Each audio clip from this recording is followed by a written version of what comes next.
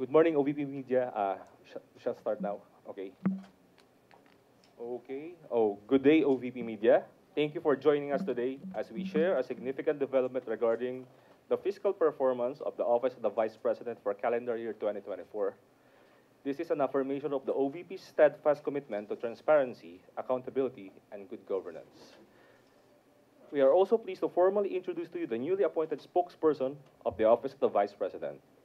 With her extensive experience in public service and regulatory affairs, she will serve as the official voice of the OVP and will provide regular updates on key programs, policies, and engagement under the leadership of Vice President Sara Zimmerman Duterte. She previously served as Undersecretary of the Department of Trade and Industry from 2016 to 2023, focusing on consumer protection. During her tenure at the DTI, she hosted the weekly radio program Consumer at Iba Pa, which promoted consumer rights and protection. With more than 2 decades of experience in government service, she brings with her a wealth of expertise and deep knowledge of the public sector. To elaborate more on the OVP's latest fiscal development and to address your questions, please join me in welcoming the new spokesperson of the Office of the Vice President, former Trade Undersecretary, Attorney Ruth B. Castello.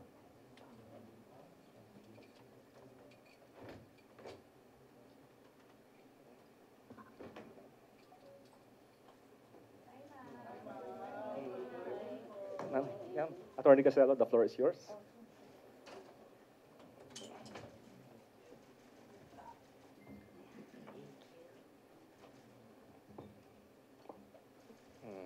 Do you have any opening remarks?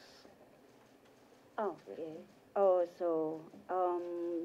course, good morning, everyone. I'm happy to be here, and it's really nice to see some familiar faces. Today, we have very refreshing news, where we have the Office of the Vice President has already received the annual audit report for 2024, and I know that all of you are very eager to hear what is contained in this document. This audit was done in accordance with the international standards of supreme audit institutions, and it covers the accounts and operations of the Office of the Vice President curriculum year 2024. And of course, as in the last 2 years, 2022 and 2023, the Commission on Audit again gave an unmodified audit opinion on the fairness of presentation of the OVP's financial statements as of December 31, 2024. And then, so of course, we would ask, I don't know if all of you would understand what an unmodified audit opinion means, and so we're here to explain to you so that you can get a little bit of understanding. There is a June 2022 publication of the Commission on Audit, which defines an unmodified audit opinion as a Commission on Audit issuance, and this happens when the auditor concludes that the financial statements are prepared in accordance with the applicable financial reporting framework in all material respects, as specified, of course, by the international standards of audit and the international standards of supreme audit institutions. There is a modified opinion, a modified audit opinion, but it is different because it then includes qualified, adverse, and a disclaimer of opinion. And of course, very fortunately, the Office of the Vice President has received for the third year, an unmodified audit opinion. And also in the report that we received, the independent auditor's report also cited a similar opinion, and I quote, I will read the entire text of the opinion, but I want to catch my breath a little bit. If it's okay, yeah, I'll catch my breath. Okay, so I will read to you the independent auditor's report opinion in the opinion portion. We have audited the accompanying financial statements of the Office of the Vice President, which comprise the statement of financial position as at December 31, 2024, and the statement of financial performance, the statement of cash flows, the statement of changes in net assets slash equity, um, statement of comparison of budget and actual amounts for the year then ended, and notes to the financial statements, including a summary of significant accounting policies.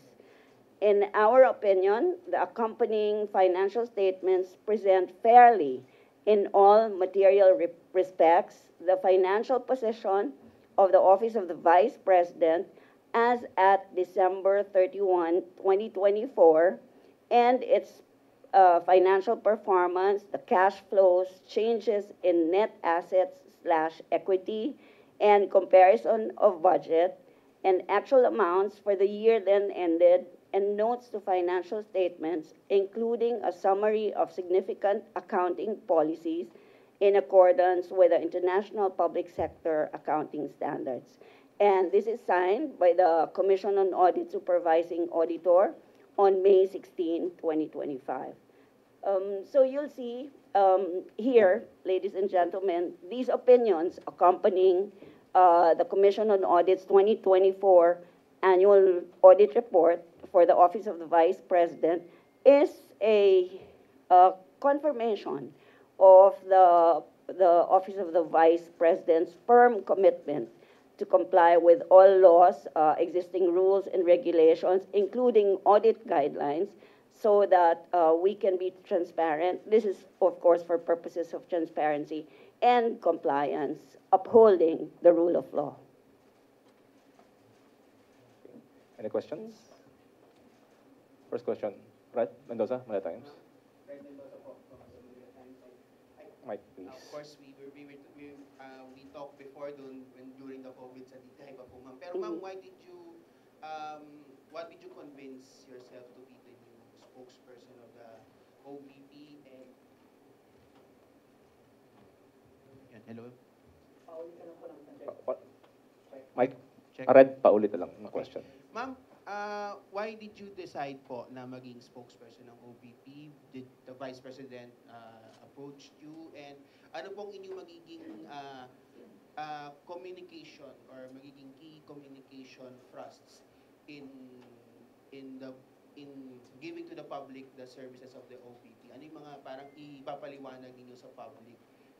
Ipapaliwanag niyo po ba yung mga serbisyo ng OVP sa tao? Ilalapit niyo po ba? And to correct misconceptions about dun sa mga nangyayari sa OVP, ma'am. Yes. Hi, Red. Thank you. I remember seeing you in DTI.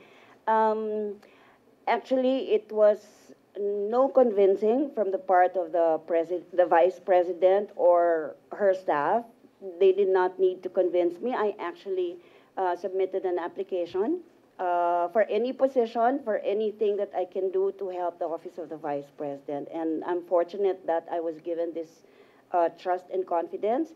And my purpose of being here, including, well, the first day is today, is to actually highlight all the accomplishments of the Office of the Vice President. You would see that, yes, the Vice President is the second highest leader in the country, and she would have similar obligations to the people as the President. And that is what we're going to do here, because the Office of the Vice President for the last 3 years has been performing and delivering basic services to the people. But we would need to give more emphasis, and so that everyone in the country or the public in general would know. Ma'am, last question na lang po on my end. Ma'am, doon po muna tayo sa budget po, ma'am. Sa budget ng OVP, I heard that the Vice President said na they want to stay doon sa same level as what was given in 2025. Nagbago po ba yon, or meron po bang konting changes sa increase po ba, or mananatili pa rin po ba doon sa level na 738 million as what was given by Congress last year? And if ever, ma'am, mag-request po ba si VP ng a little increase man lang, if ever man, if medyo friendly? Yes, thank you, Red.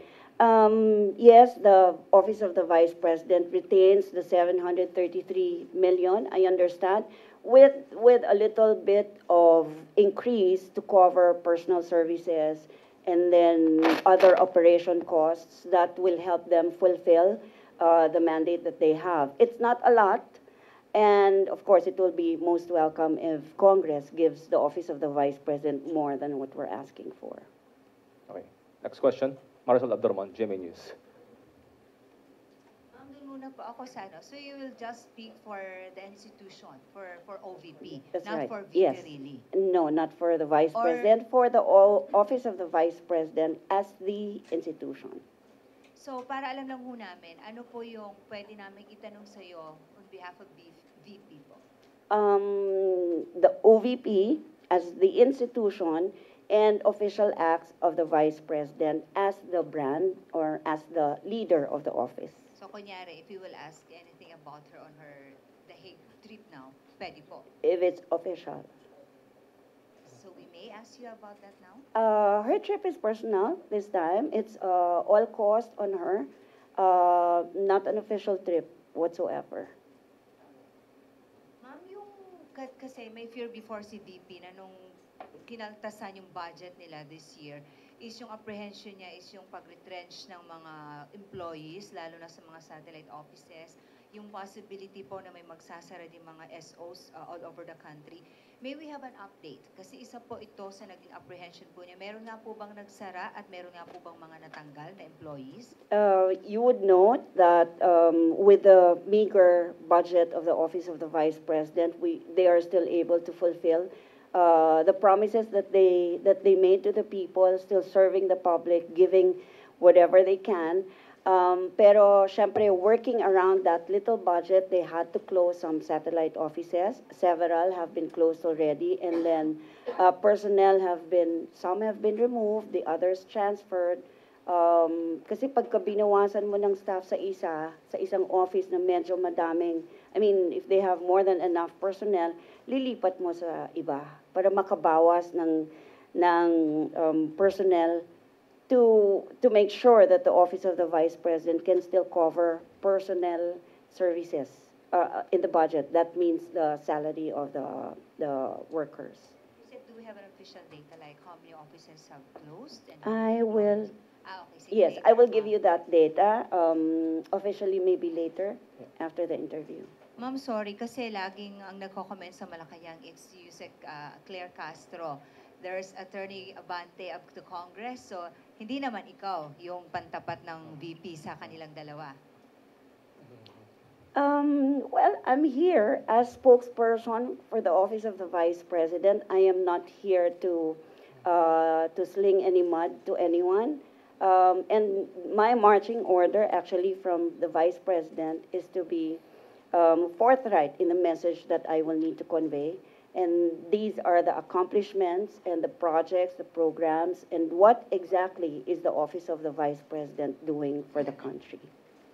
Ma'am, we understand this is a personal trip, but nonetheless, ang sinasabi nga is, meron pa rin pong opisina na kailangan tumakbo. So, on her absence, ma'am, like who runs the OVP? Although VP has been saying na even if she's abroad on a personal trip, she's still working. Pero yung bang kung kailangan may mga immediate na mga decisions kailangan gawin, like who acts on her behalf po? She has a very able Chief of Staff, Undersecretary Zulaika Lopez, so everything is under control, and the Vice President is actually very reachable, so I understand that anything that would need her immediate attention can be relayed to her ASAP. So ulitin yung tanong, ma'am. So kahit personal trip po yun, the VP is still working as the Vice President? Oh, yes, of course. She's still running the office. It's still her on top of the Office of the Vice President. Thank you, ma'am. Next question, Raymond Adalnia, Manila Bulletin. Yes, ma'am. Good morning. Ma'am, may I ask what's the status of the medical and burial assistance being given by the OVP, considering the budget cut? Thank you. For now, I understand that there is no medical and burial assistance being provided by the Office of the Vice President. Whatever meager resources that the office has, it is given to other priority areas which the office finds very important. So wala po for this year, I understand, wala pong medical and burial.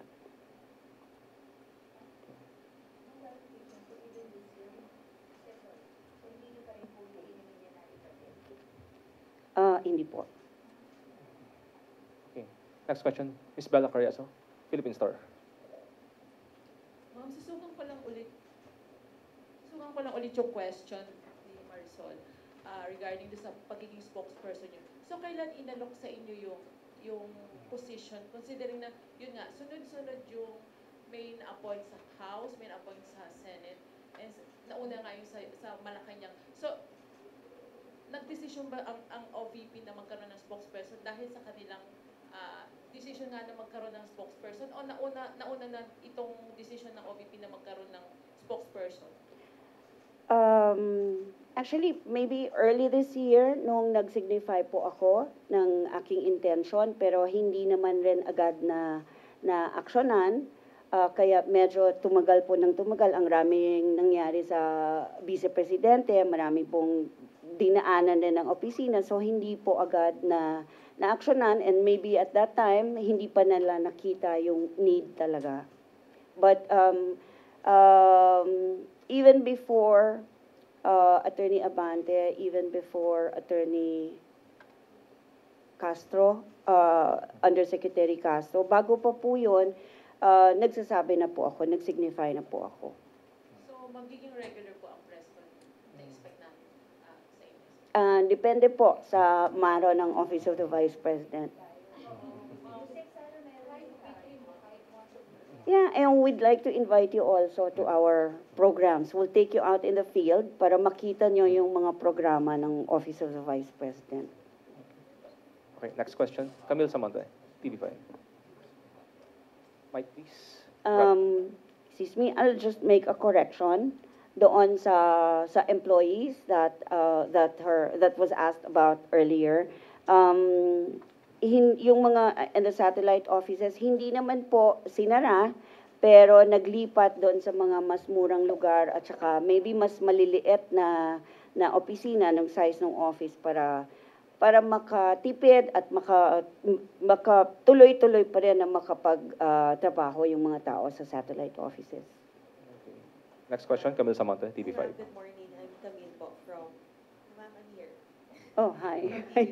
Ma'am, balikan ko lang yung sa una niyo pong sinabi about that sa modified opinion from the Commission on Audit. Siguro para lang din po maintindihan ng mga ordinaryong tao, ano po ba yung ibig sabihin nito yung sa pagkasta ng Office of the Vice President, because we know na isa ito sa mga issue na tinignan ng mga House prosecutors, no? Kaya sinasabi nga nila kaya nagkaroon ng impeachment complaint na sinasabi allegedly na may maling pagkasta yung Office of the Vice President. So, yung sinasabi niyo po kanina, what does it mean? Para lang po maintindihan ng ordinaryong tao. Okay, thank you, Camille. Okay, I understand that unmodified opinion and a modified opinion, hindi naman rin talaga ordinarily maintindihan. Kahit ako, I need to get used to COA lingo kasi iba yung kanilang medyo mas technical sila kesa sa ordinary language. Ang unmodified opinion, there are two things. Unmodified audit opinion and modified audit opinion.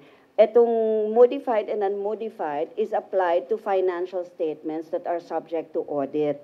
Meron po kasing tatlong klase ng audit. This is the financial statements, there is the compliance audit, and there is a performance audit.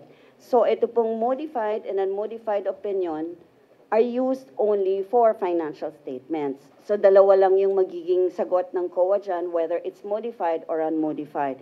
And I mentioned that for the last 3 years since 2022, puro unmodified opinion po ang binibigay ng COA sa Office of the Vice President. And this means na wala pong, maayos po ang pagpresenta ng kanilang financial statements. Ang financial statements na po na ito, ang kino-cover niya yung mga it covers the accounts and the operations, yung mga transactions po na ginawa ng Office of the Vice President. So for the last 3 years, like I said, unmodified ang opinion. Ang ibig sabihin po ng unmodified opinion, the financial statements are prepared in accordance with the applicable financial reporting framework in all material requests. this applicable financial reporting framework is a requirement that is adopted also by the Commission on Audit, by the international standards of audit, mga international institutions na po ito, and the international standards of supreme audit institutions. So, pagka naka-receive po ang isang ahensya ng unmodified audit opinion, maligaya na po silang lahat. Pagka po modified ang ni-receive, ito po yung, just to contrast, modified opinion includes qualified, adverse, and a disclaimer of opinion. It is issued when the auditor concludes. Ini-issue po ito, yung modified opinion, pagka sinabi ng auditor na based on the audit evidence that they presented, hindi ko ma-determine as an auditor kung yung financial statements ba niya ay walang material misstatement. Or, isa pang ground where they can issue a modified opinion, a modified audit opinion, kung hindi po kaya ng auditor na maintindihan na walang misstatement na ginagawa dahil wala po siyang makuhang sufficient na ebidensya. What does it say, for example, right now? Mike, please. Mike, please. What does it say now, ma'am? Since this is one of the major topics na po na tinitignan ng mga House Prosecutor. Of course, I know you mentioned that you can only speak on institution, but OVP basically ito kasi yung budget yung tinitignan. Oh yes, ibig sabihin yung budget po for 2024 ay maayos na nagastos ng opisina. Wala pong nakita ang audit na naging problema doon sa compliance nila doon sa pagpresenta ng mga financial statements ng kanilang financial transactions at wala po ring nakita na problema during the time of audit. And this has been happening, as I mentioned, for the last 3 years. So yung unmodified audit opinion na nilabas this year ng COA ay kapareho lang po rin noong 2022 and 2023. Ibig sabihin, for the last 3 years po, wala pong nakitang diferensya ang Commission on Audit na hindi naman kayang i-correct. I mean, whatever they found, they would still give the unmodified audit opinion dahil correctable or baka documentation processing lang or something. But what's important is we receive the unmodified audit opinion. Why did you accept the position as a spokesperson despite the controversies na hinaharap ni VP Sara and her office? I believe in the Vice President. And I see myself in her kasi she never says die. Ako din never say die. So kahit anong harapin niya, kaya niya yan. I'm sure she has also, like me, battled many storms in her life. And you see her still standing, still strong. So I believe po in her. And of course, she is a direct extension of her father, whom I served for the full 6-year term. Kaya gusto ko po siyang matulungan. Okay. Next question, Mads Thank you. Villar, Net 25. Mike, please. Mike.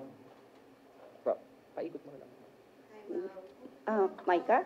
Yes, ma'am. Mads, ma'am. Oh, Mads. Okay. Ma'am, so tingin mo ba, itong, since 3 years na po sunod yung unmodified na audit report po ng COA, malaki ba yung matutulong niya sa mga allegations ng irregularities sa OVP? Yes, Mads. It's actually, it's something to be proud of kasi sa mga ahensya po, lahat ng government agencies, dalawa lang po, on the audit of financial statements, dalawang opinion lang po ang pagpipilian, either modified or unmodified. Like I said, pagka nakakuha po ng unmodified audit opinion, hindi naman po ito rango, hindi ito ranking. Pero ibig sabihin, unmodified opinion, wala pong maayos po ang submission ng financial statements na ginawa. It is fairly presented, it is honest, it's transparent. So, advantage po, alam po ng lahat ng government agencies yan, na pagka may unmodified opinion sila, happy po silang lahat. Mabalik ko lang yung budget. Nabawasan ba sa DBM yung sinaplit na 750? Or dinagdagan po ng tumalas? For this year, we're talking of this year. Oh, for 2026. nabawasan pa siya. Yung 900, naging 900 something million because of the personal services nga. At saka yung mga ibang, 900 something, wait, DBM na po yung nag-add yun. DBM na. Hindi siya nirequest ng OVP. Hindi po, sila na ang naglagay. Okay. From our request, sila na po ang nag-augment. Wait, I will give you the exact number. It's here. I'll just look for it ha kasi. Mats, balikan ka we on can that question. get back Next to you question, later. please. Kat Domingo ABS-CBN.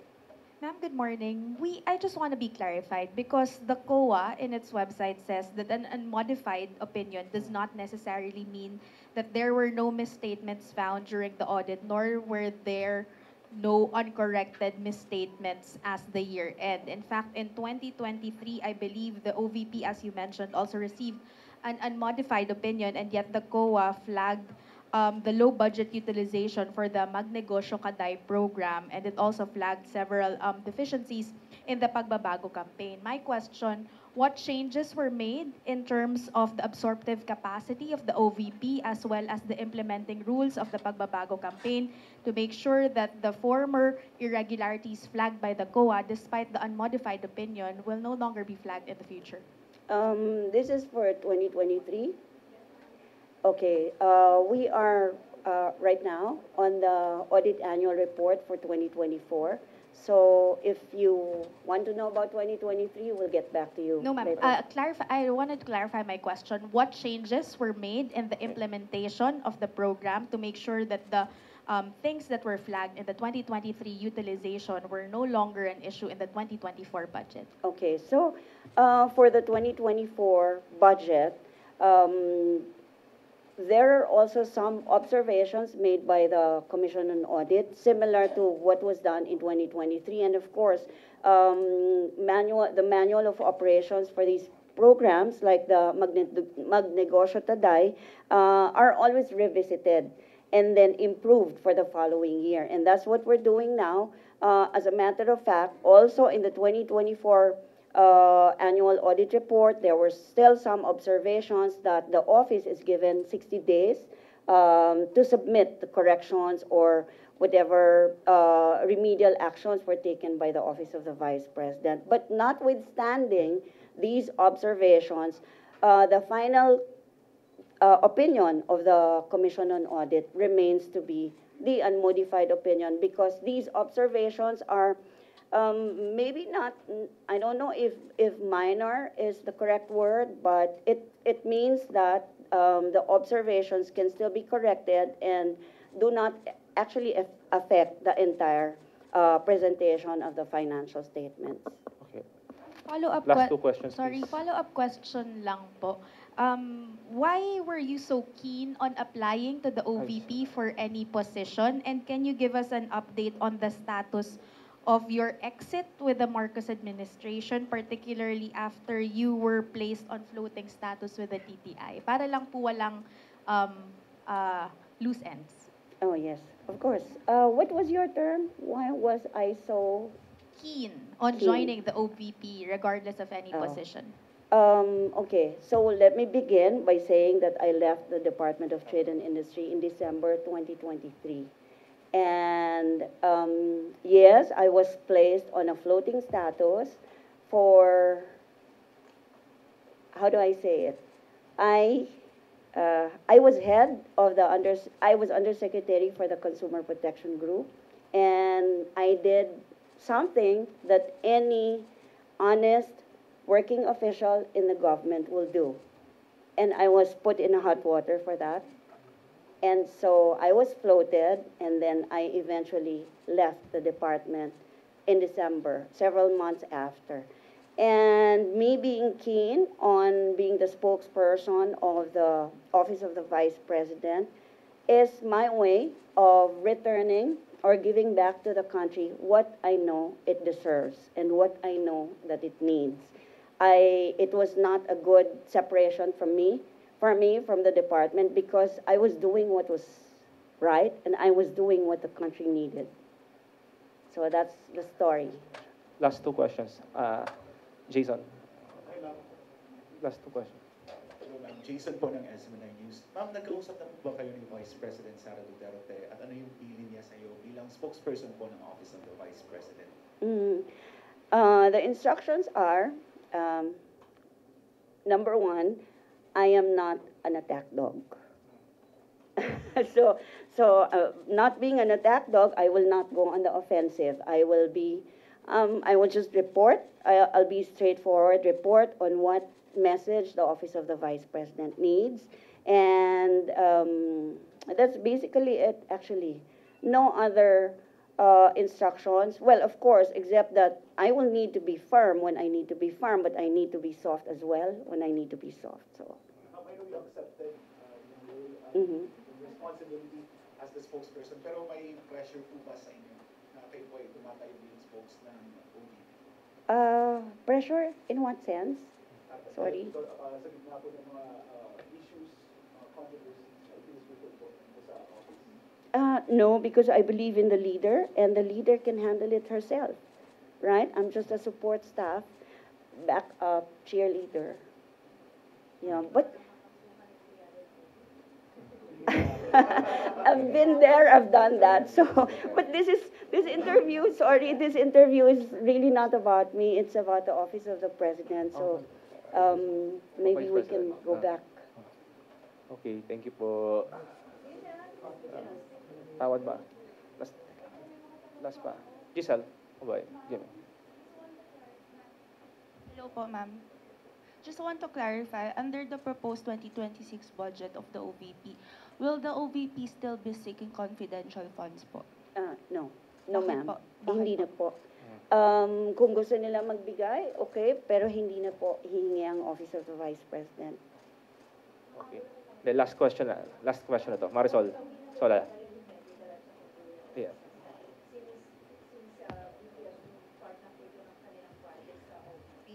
Tinanggal lang last year kasi nga nakaltasan ng budget. But why are we not giving it back again this time? Kung makabigay ng budget, thank you, we will use it. Pero kung hindi na din hingin kasi ang lahat ng programa naman ng Office of the Vice President is submitted to the Department of Budget and Management.